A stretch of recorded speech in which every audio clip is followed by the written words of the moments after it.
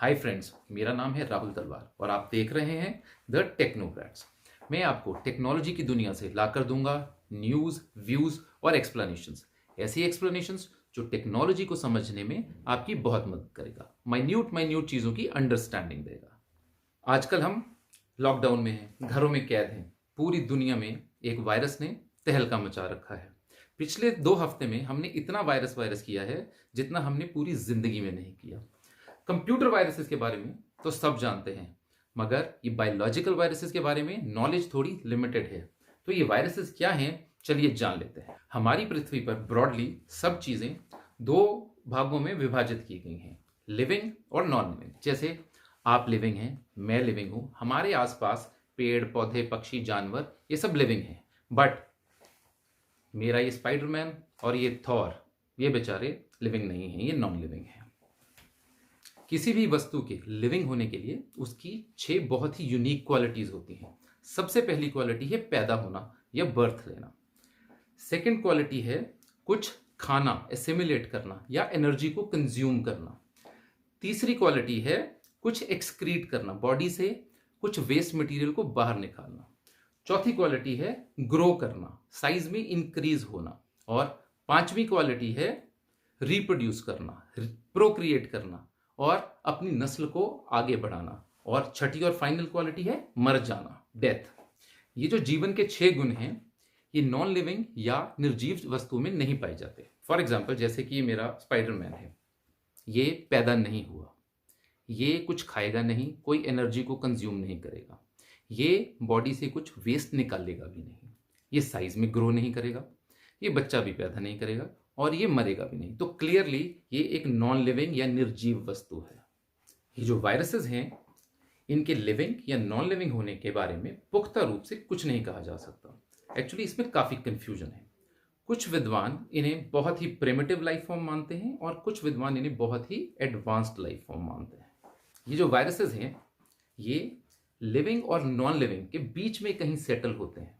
ये कुछ qualities living की भी प्रदर्शित करते हैं और कुछ क्वालिटीज नॉन लिविंग की भी प्रदर्शित करते हैं। फॉर एग्जाम्पल, हम अपने घर के हाउस होल्ड केमिकल्स की एग्जाम्पल लेते हैं। जैसे शुगर है, सॉल्ट है, ये कॉमन हाउस होल्ड केमिकल्स हैं। इनको हम क्रिस्टलाइज करके छोटे छोटे दाने बना के हम जार में डाल के और इनको सेव करके रख देते हैं। ये सैकड़ों साल तक पड़े रह सकते हैं, इनका कुछ नहीं बदलेगा। उसी तरह से जो ये वायरसेस हैं, ये भी इन्हीं केमिकल्स की तरह ही बिहेव करते हैं। वायरसेस को हम क्रिस्टलाइज करके जार्स में रख के सैकड़ों वर्ष तक रख सकते हैं, इनका कुछ नहीं बिगड़ेगा। जैसे मान लीजिए ज़मीन पे पाउडर गिर गया या ज़मीन पे शुगर गिर गई या सॉल्ट गिर गया, तो वहाँ पे पड़ा रहेगा, उसका बिगड़ेगा कुछ नहीं, वो वहाँ पे टिका रहेगा। उसी तरह से ये जो वायरसेस हैं, इनका बिहेवियर भी सेम है। ये कहीं पे भी किसी सरफेस पे गिरे रह सकते हैं, वहीं पे पड़े रह सकते हैं इनर्ट स्टेट में, इनका कुछ नहीं बिगड़ेगा। अब दूसरी तरफ ये वायरसेस जीवन के 2 गुणों को भी प्रदर्शित करते हैं। ये पैदा होते हैं और पैदा करते हैं। जीवन के जो बाकी 4 गुण हैं, यानी कि कुछ खाना, अपनी बॉडी से कुछ वेस्ट मटेरियल निकालना, एक्सक्रीट करना, साइज में ग्रो करना और मर जाना, इन 4 गुणों को ये प्रदर्शित नहीं करते। यानी कि ये बड़ा क्लियर है कि ये लिविंग और नॉन लिविंग के दोनों के गुणों को प्रदर्शित करते हैं। वायरसेस का केमिकल स्ट्रक्चर बहुत सिंपल है। इनके बाहर एक प्रोटीन की कवरिंग रहती है और इनके अंदर एक जेनेटिक मटेरियल होता है जो डीएनए या आरएनए हो सकता है। ये वायरसेस इन्फेक्ट कैसे करते हैं? जैसे ही कोई हवा में तैरता हुआ या किसी जगह पे पड़ा हुआ वायरस किसी जीवित वस्तु के संपर्क में आता है, कांटेक्ट में आता है, उस वक्त ये वायरसेस उस व्यक्ति या उस जीव की कोशिकाओं से, सेल्स के साथ अपने आप को जोड़ देते हैं। फिर ये उस जीवित व्यक्ति की कोशिकाओं की बाहर वाली दीवार को पंक्चर करते हैं और उसके अंदर दाखिल हो जाते हैं, घुस जाते हैं। अंदर जाके ये अपना जेनेटिक मटेरियल, जो कि डीएनए या आरएनए हो सकता है, उसे रिलीज कर देते हैं। अब वो जेनेटिक मटेरियल मूव करके जो होस्ट सेल का जेनेटिक मटेरियल है, उसके साथ जाके एक स्पेसिफिक साइट पे अपने आप को बाइंड कर लेते हैं, चिपका लेते हैं। ये चिपकाने से क्या होता है कि उस होस्ट सेल के अंदर की सारी प्रक्रियाएं बंद हो जाती हैं और वायरस के जेनेटिक मटेरियल उस होस्ट सेल के जेनेटिक मटेरियल के ऊपर कंप्लीट कंट्रोल कर लेता है। अब उसके बाद ये वायरस उसे निर्देशित करता है कि वो बहुत सारी रिप्रोडक्शन करे। अब रिप्रोडक्शन किस चीज़ की? सिर्फ वायरसेस की। अब वो होस्ट सेल अपने आप को एक वायरस समझने लगता है और खूब सारे वायरसेस को पैदा करता है।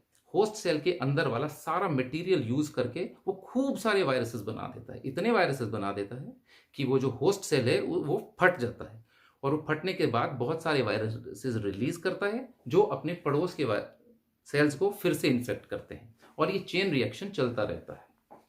अल्टीमेटली जिस व्यक्ति को इन्फेक्शन हुई है वहां पे ये वायरसेस इतने बढ़ जाते हैं कि उस व्यक्ति को खांस कर या छींक कर इन वायरसेस को एक्सपेल करना पड़ता है, और वो खांसने और छींकने से वो वायरसेस फिर हवा में जाते हैं, किसी सर्फेसेस पे बैठते हैं और लोगों को इन्फेक्ट करते हैं। इसीलिए ये वायरसेस बहुत डेंजरस हैं, खतरनाक हैं। आज के लिए वायरसेस पे पर बस इतना ही। फ्रेंड्स, ये मेरा पहला वीडियो है। पसंद आए तो लाइक कीजिए, शेयर कीजिए और सब्सक्राइब कीजिए। अपने घरों पे रहिए, सुरक्षित रहिए और दूसरों को भी सुरक्षित रखिए। समय समय पर हाथ धोते रहिए, अफवाहों को नहीं सुनिए और सरकार के निर्देशों को सुनते रहिए और उसका पालन कीजिए। धन्यवाद।